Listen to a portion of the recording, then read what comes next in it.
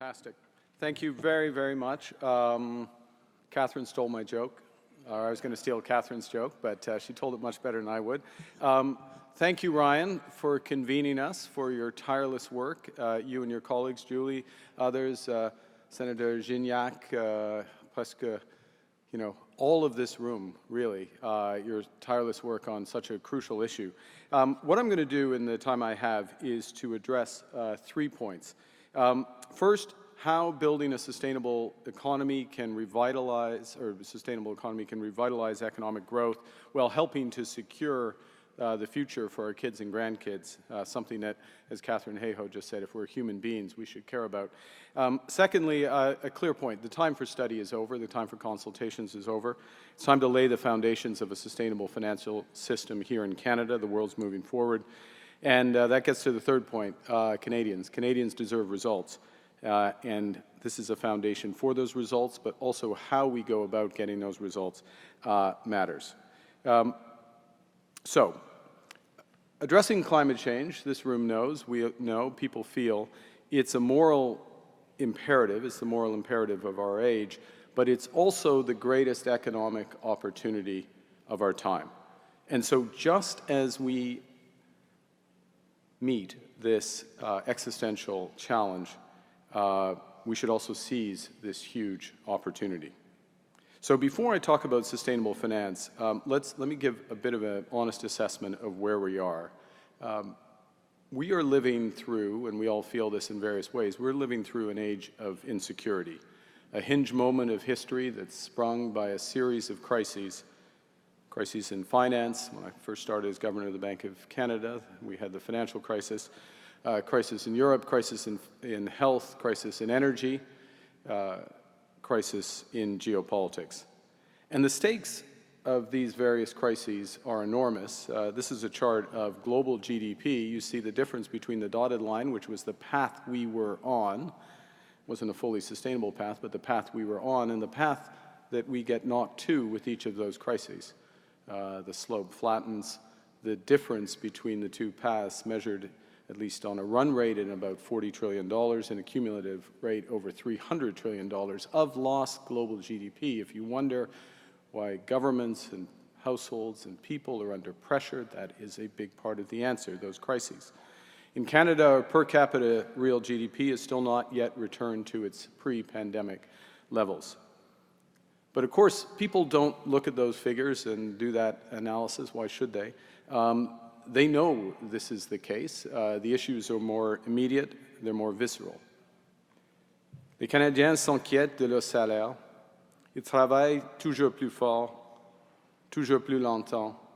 Mais l'inflation fait en sorte qu'ils perdent et non gagnent du terrain. Les gens sont préoccupés par le coût de logement, que ce soit à cause de l'augmentation fulgurante des loyers ou de la forte hausse des prix hypothécaires. Et si vous êtes jeune, si vous n'avez pas de logement, la promesse d'en trouver un semble s'éloigner jour après jour. Et les gens s'inquiètent de leurs enfants et de leur avenir. We're all anxious. We're worried about, Canadians are worried about their wages, because after inflation, they're falling behind, not getting ahead. They're worried about their kids and their futures, their homes. It's a fast-changing and dangerous world. On doit trouver une façon d'aider les gens à regagner confiance en l'avenir. Il faut d'abord regarder les faits en face et tenir compte de réalité. Il faut avoir un plan pour remédier nos défis. Il faut obtenir des résultats concrets qui donneront aux gens une raison de croire que le progrès est non seulement un objectif ambitieux, mais surtout atteignable, réaliste.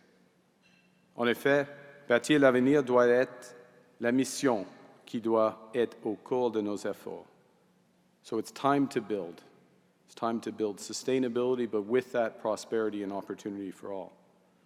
And our greatest opportunity, as I said a moment ago, is to build a sustainable economy. I just want to take a quick survey of what's happening around the world. It was alluded to in the previous conversation of the two Catherines. Around the world, entrepreneurs, innovators, and businesses are increasingly focused on the enormous value that can be created by solving this existential problem. Investment in clean energy is exploding, bringing the energy transition to an inflection point. And if you just look, if you're at the back of the room, the horizontal line is the average investment in conventional energy. The other two bars stacked up are the investment in clean energy supply and demand, now running at 1.8 times the level, having grown at 50% over the course of the last year. In recent years, global investments in solar, electric vehicles, heat pumps, battery storage have all gone parabolic. And investment in manufacturing capacity is surging as new sustainable supply chains, a sub-theme of this speech, new sustainable supply chains are being formed.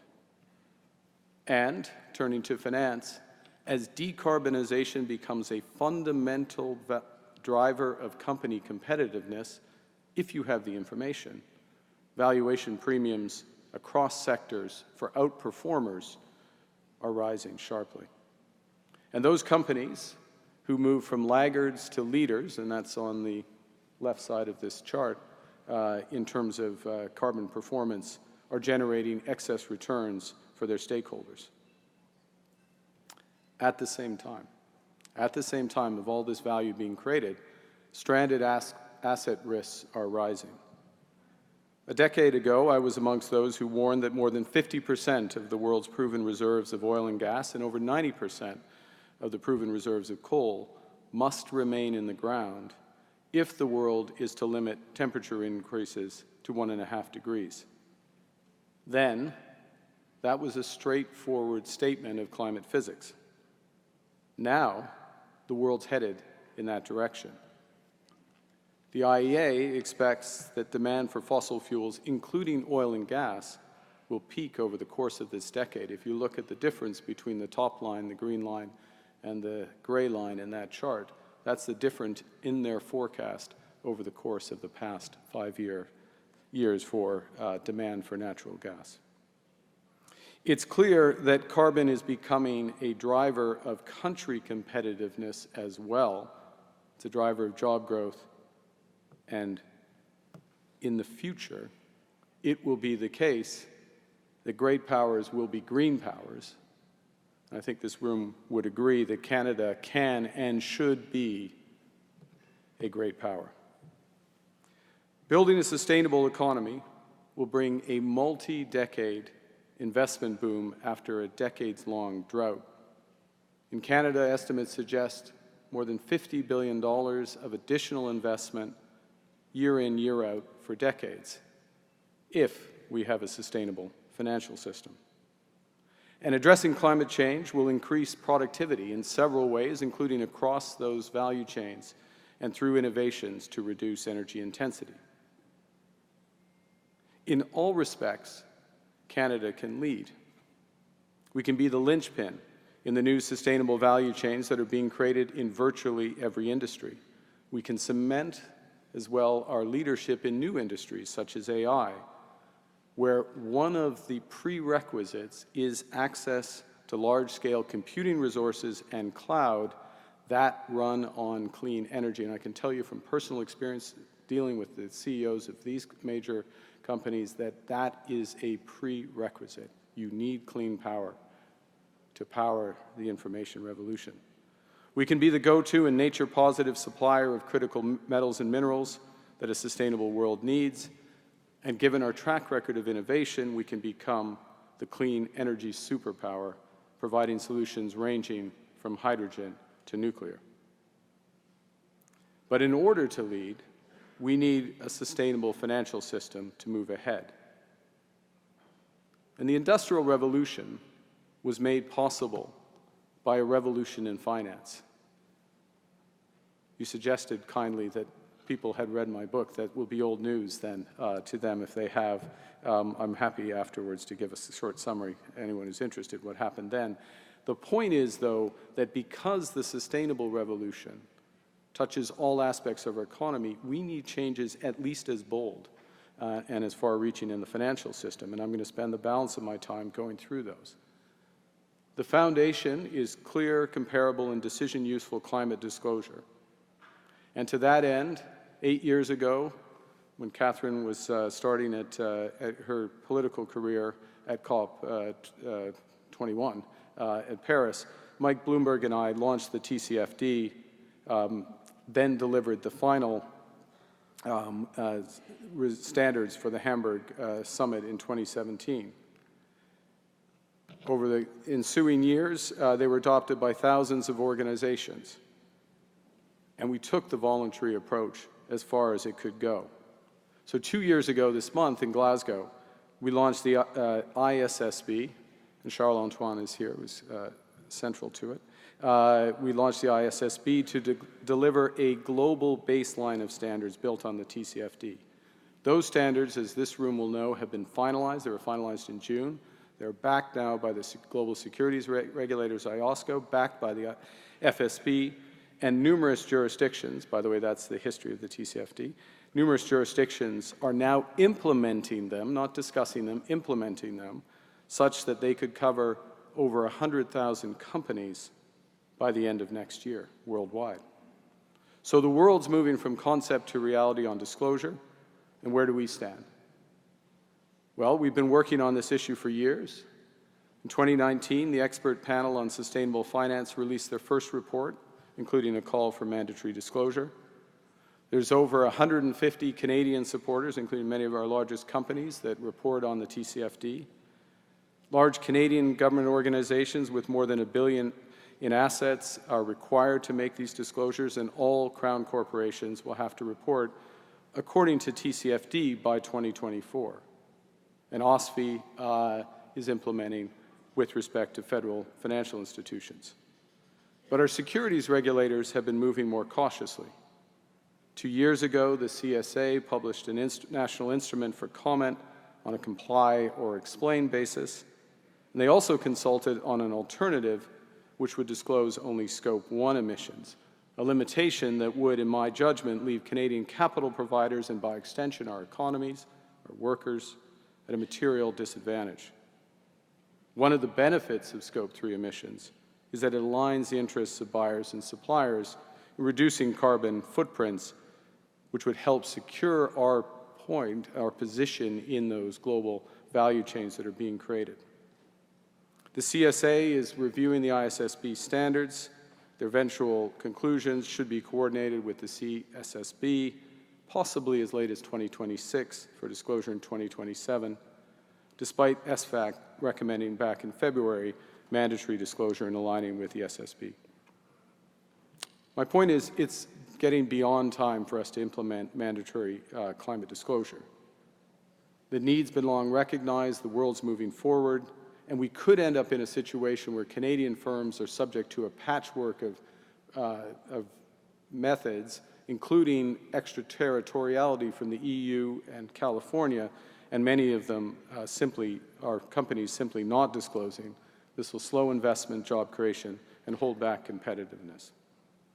Let me go quickly to the second building block, and Catherine McKenna mentioned this in her comments. Second building block is sustainable finance, which is you need a plan, you need a transition plan to go out and be part of the solution. The guidance for those plans has been provided by GFANZ. We released it for COP27 last year. We're consulting on updated guidance now, including a complement to those, which is expected emission reduction, which will help show the true impact of transition finance and will help get capital to the hard-to-emit sectors, which are numerous in our economy. There is voluntary action and real momentum here. There's more than 200 global financial institutions that are publishing transition plans now. But just like with the TCFD, there's limits to voluntary action. There's always gaps, there's always laggards, and they also don't fully weight public policy interests, particularly the just transition. So we need a statutory and mandatory approach. Outside Canada, that momentum is happening. It's happening much quicker than it did in disclosure because we have much less time. So the UK's Transition Plan Task Force published last month its final disclosure framework, which will be mandatory. The Treasury, U.S. Treasury has just announced their principles based on the GFANZ framework, and a growing number of jurisdictions you'll see on the screen, including major standard setters, are endorsing this, and I would draw attention to the Financial Stability Board work to coordinate consistency across jurisdictions. And the question for Canada is, what role are we going to play in this coordination when we don't have an agreed approach? SFAC has released their roadmap. It was September of 22, and I congratulate you, Kathy, and the whole membership for that. It outlined 10 recommendations for Canadian green and transition finance taxonomy. As yet, those recommendations have not been answered. My point, the world's moving forward on transition. Canada has a good, I'd suggest a great roadmap. We need someone to drive the car. The financial plumbing I've just outlined is vital to build a sustainable economy. And they help take the economic agenda and make it everyone's. We can build not as a government, we need to build as a people, as Canadians. And that means strong, sustainable, and balanced growth is tout partout et tout à la fois. Now, I'm going to finish. I am going to finish. Catherine got an extra minute. I'm going to finish by just underscoring a couple of things. We recognize that the scale of what needs to be done is enormous. It touches all aspects of our economy. There are huge capital requirements. This cannot come from government. We need governments to set credible and consistent policies. They need to be ambitious. They need to be applied fairly. And then with the foundation of sustainable finance, the point of all your work, the point of today's discussion, that capital can move to the Canadian businesses, the entrepreneurs, the unions, the workers, the people, to deliver the future that our children and grandchildren deserve, and the economy and the economic growth that we need today. Thank you very much.